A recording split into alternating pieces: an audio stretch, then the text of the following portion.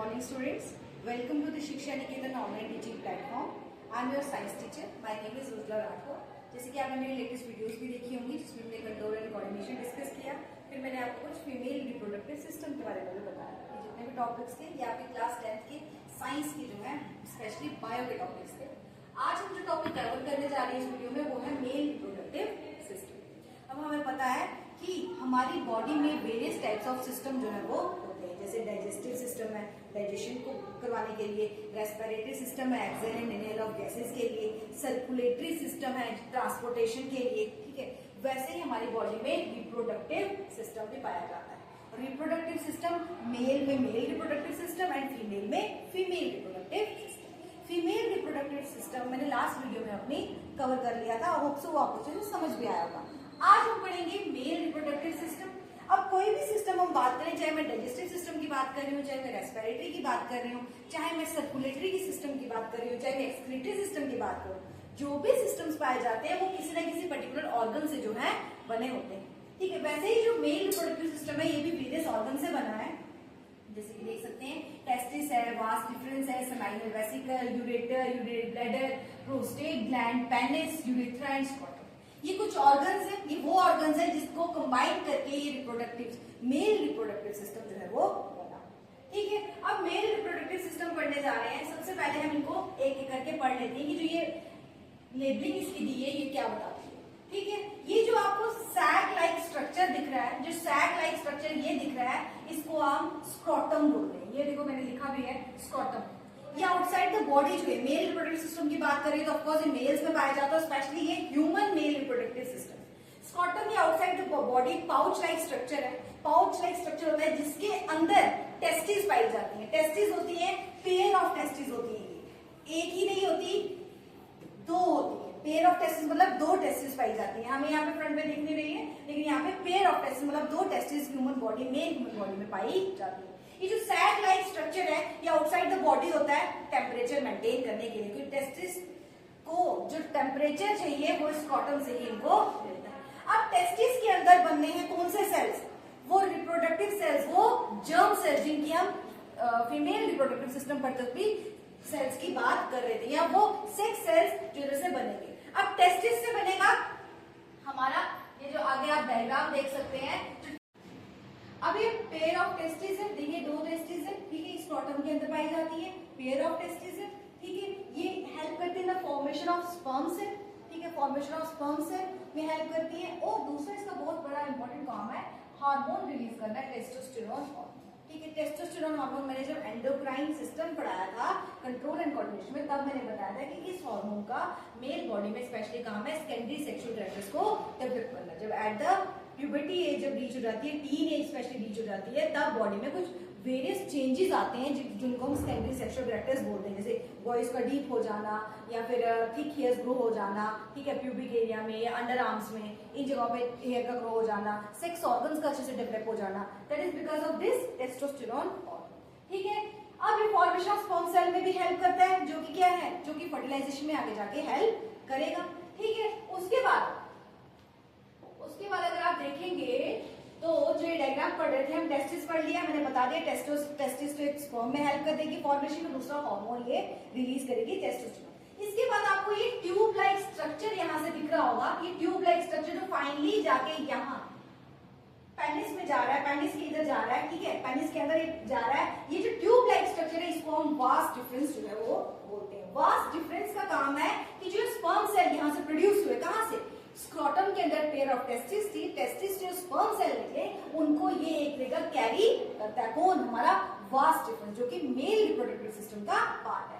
ये vas difference in sperm cells को carry करेगा और फाइनली यहाँ पहुंचा देगा, और यहाँ से फिर ये वेजाइना में release with the help of penis, ये जो है ड्यूरिंग द इंटरकोर्स ये पेनिस में रिलीज, सॉरी वेजाइना में जो है रिलीज कर दिए जाएंगे। अब इसके बाद वास डिफरेंस, अब यहाँ पे आप कुछ ग्लैंड्स भी देखते हैं, जैसे देखिए ये सेमाइनल वेसिकल है, ये प्रोस्टेट ग्लैंड है, ठीक है। तो ये कुछ ग्लैंड्स है, ये ग्लैंड है जो एनसीईआरटी बुक में मेंशन नहीं है, ये कॉपर्स ग्लैंड है, ठीक है। अब मेन फंक्शन इन्हीं का है सेमाइनल वेसिकल और प्रोस्टेट ग्लैंड का। ये जो ग्लैंड है जो ये स्पर्म सेल में वास डिफरेंस लेके जा रहा था, ये ग्लैंड इसको क्या करेंगी, ये हेल्प करेंगी, कुछ सिक्रीशन जो है प्रोवाइड करेंगी, कुछ इसको एसिडिक पीएच से बचाएंगी और कुछ बाकी सिक्रीशंस प्रोवाइड करेंगी। अब जो स्पर्म सेल इस वास्ट डिफरेंस में जा रहा था, जब ये जो ग्लैंड्स है इसमें सिक्रीशन प्रोवाइड करेंगी, तब उसको हम नाम दे देंगे सीमेन। तब उस टाइम पे हम उसको नाम दे देते हैं सीमेन। जो स्पर्म सेल कौन कैरी कर रहा था, वास्ट डिफरेंस, जब इसमें seminal vesicle layer prostate gland ने कुछ सिक्रीशन कर दी इस जगह पे आके, तो उस टाइम पे हम इसको बोल देते हैं क्या, सीमेन बोल देते हैं। ठीक है, अब फाइनली जाके आप देख रहे हैं ये जा रही है ये स्ट्रक्चर जा रहा है और जाके ये यूरेथ्रा में। यूरेथ्रा आपको पता होगा क्या, हमने एक्सक्रीटरी सिस्टम में पढ़ा होगा, लाइफ प्रोसेस जब हमने चैप्टर पढ़ा, तो ये क्या है, ये वो पैसेज है जिसके थ्रू जो है यूरिन जो है यहाँ पे पास आउट किया जाता है। एक बात और मैं ये बताना चाहूंगी कि मेल्स में यूरिन पास करना एंड सीमेन पास करना ये एक ही पॉइंट ऑफ ओपनिंग से जो है वो होता। ठीक है, अब इसी को कितना है तो डायग्राम देख लेते हैं। देखिए, पेयर ऑफ टेस्टिस से स्पर्म सेल प्रोड्यूस किया और हार्मोन प्रोड्यूस किया, टेस्टोस्टेरोन। ठीक है, फिर वो चले गया कैरी किया वास्ट डिफरेंस ने। जब वास्ट डिफरेंस ने कैरी किया उसी को हम बोल देते हैं स्पर्म। पीछे जब मैंने फीमेल रिप्रोडक्टिव सिस्टम पढ़ाया था तो फेलोपियन ट्यूब को मैंने ओविडक्ट बोला था। क्यों? क्योंकि वो ओवम को कैरी कर रही थी। अब ये जो डक्ट है ट्यूब लाइक स्ट्रक्चर था, उसको हम डक्ट बोलते हैं। ये डक्ट स्पर्म को कैरी करेगी, तो हमने इसको नाम दे दिया जी स्पर्म डक्ट। अब इस स्पर्म डक्ट में मैंने अभी आपको डायग्राम की हेल्प से समझाया कि सेमिनल वेसिकल,